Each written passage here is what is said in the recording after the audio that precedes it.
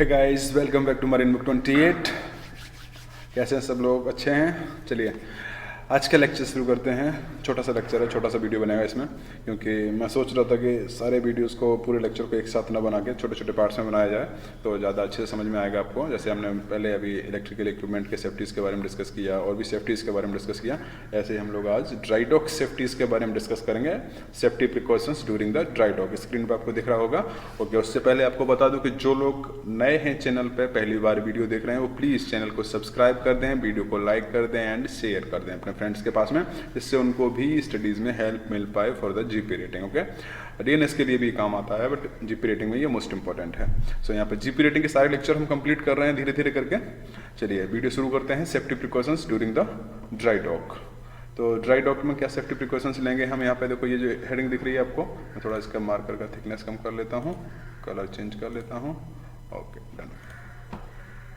तो यहाँ पे ये जो ड्राई डॉक है, शिप ड्राई डॉक में जाता है। ओके, ड्राई डॉक एक जहाज का जो सर्विसिंग होता है, जो मेंटेनेंस होता है, मेजर मेंटेनेंस जब होता है ना, तब शिप को आपको ड्राई डॉक में लेके जाना पड़ता है। तो every ship is required to go for the dry dock after fix interval for repair and maintenance.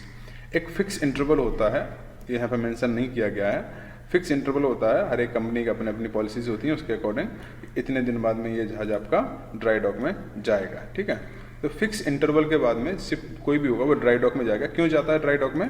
Repair करने के लिए और मेंटेनेंस करने के लिए। During the dry dock major repair works are undertaken for smooth running of the ship. और dry dock में क्यों जाता है?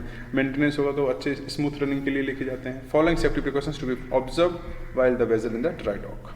क्या करना है यहाँ पे? सेफ्टी प्रिकॉशंस क्या फॉलो करने हैं वो यहाँ पर नीचे दिए गए हैं। ये जो लाइन लिखी है ये है following safety precautions to be observe. अब कौन से फॉलोइंग, यहाँ से देखेंगे हम सेफ्टी प्रिकॉशंस क्या है। तो जो पॉइंट नंबर 1 दिया गया है उसमें लिखा है during dry dock many machines are removed from place for overhaul to facilitate their floor plates may be removed. Temporary barriers should be put to prevent person from falling. Okay, क्या होता है कि जब मेंटेनेंस के लिए जहाज dry dock में गया हुआ है तो बहुत सारी मशीनों को उनकी जगह से हटाया जाता है। जब उनकी जगह से मशीन को हटाएंगे या मशीन के पास जाने के लिए हमको फ्लोर प्लेट्स होती हैं, फ्लोर प्लेट्स में जहाँ मशीन लगी रहती हैं, वो प्लेट्स को हटा के मशीन के पास एक्सेस करेंगे तो वो जगह खाली हो जाएगी। वो खाली जगह में कोई अंदर गिर सकता है, किसी को इंजरी हो सकती है। तो क्या करेंगे हम? वहाँ पे बैरियर लगा देंगे। बैरियर लगे हुए देखे होंगे आपने, कहीं पे काम होता है रोड साइड में या कहीं पे भी, तो वहाँ बैरियर लगा देते हैं। ऐसे ही करके जो खुली जगह है वहाँ पे बैरियर लगा देंगे, जिससे कि सबको पता चल जाए कि यहाँ पे ओपनिंग है और इसमें हम गिर न जाएं। ठीक है, नेक्स्ट पॉइंट है गार्ड्स फॉर द स्टेयरकेस में बी रिमूव्ड। सेफ्टी साइन, जो भी सीढ़ियाँ होती हैं जो, उनकी सेफ्टी गार्ड निकाल लिए जाते हैं, रेलिंग्स निकाल दी जाती है। तो वहाँ पे भी क्या करेंगे हम? Safety sign and barrier may be provided to warn the prevent person using the stairs. अब सीढ़ी की जो रेलिंग, हैंड रेल है, वो निकाल दिया आपने, और जो रेगुलर लोग हैं वो तो जा रहे हैं हाथ रख के रेलिंग पर, लेकिन सडनली आप जा रहे हो और आपने सोचा कि यहाँ पर रेलिंग है और वहाँ पर रेलिंग नहीं हुई तो आप नीचे गिर सकते हो, आपको कोई पता नहीं है। तो वहाँ पर क्या करेंगे हम? सेफ्टी साइन लगा देंगे कि यहाँ पर रेलिंग नहीं लगाई हुई है, प्लीज़ बी केयरफुल। ओके, तो इस तरह से हम सेफ्टी साइन लगा देंगे, बैरियर लगा देंगे, जो आपको सुटेबल लगे। नेक्स्ट पॉइंट है there will be a plenty of the hot work in the engine room. अभी जब मेंटेनेंस चल रहा है तो कटिंग, वेल्डिंग ये सब चलेगा।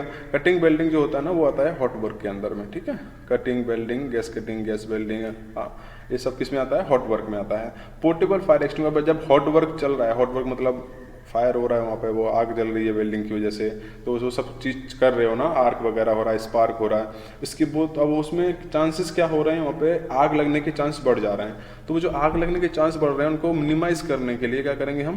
Portable fire extinguisher should be there wherever the hot work is performed. जहाँ भी आपको हॉट वर्क चल रहा होगा तो वहाँ पे आपको क्या चीज़ को अवेलेबल रखना है?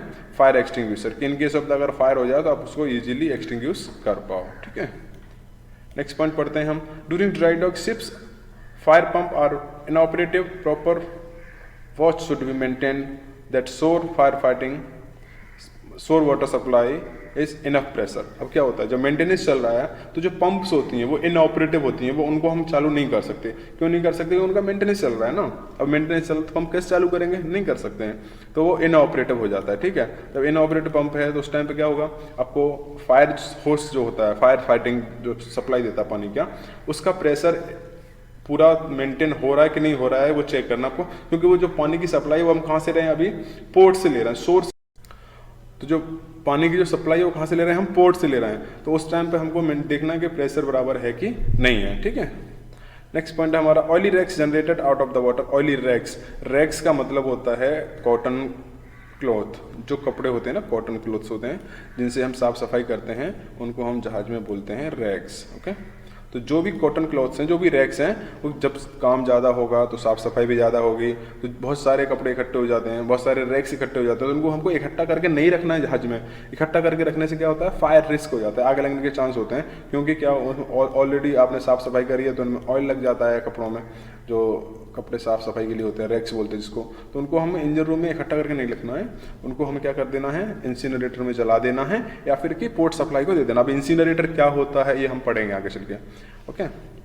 उसके बाद में नेक्स्ट पॉइंट है हमारा floor plate should be kept clean, oil trace should be clean up as soon as possible.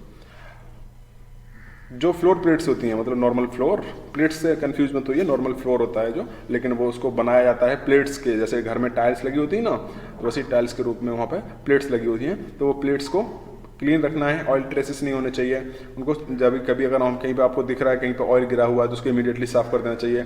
कहीं लगता है कि ऑयली सरफेस है जहाँ पे ऑयल आप फिसल सकते हो, स्लिप हो सकते हो, तो उसको क्लीन कर देना चाहिए, ओके, जिससे इंजरी के चांसेस कम हो जाते हैं।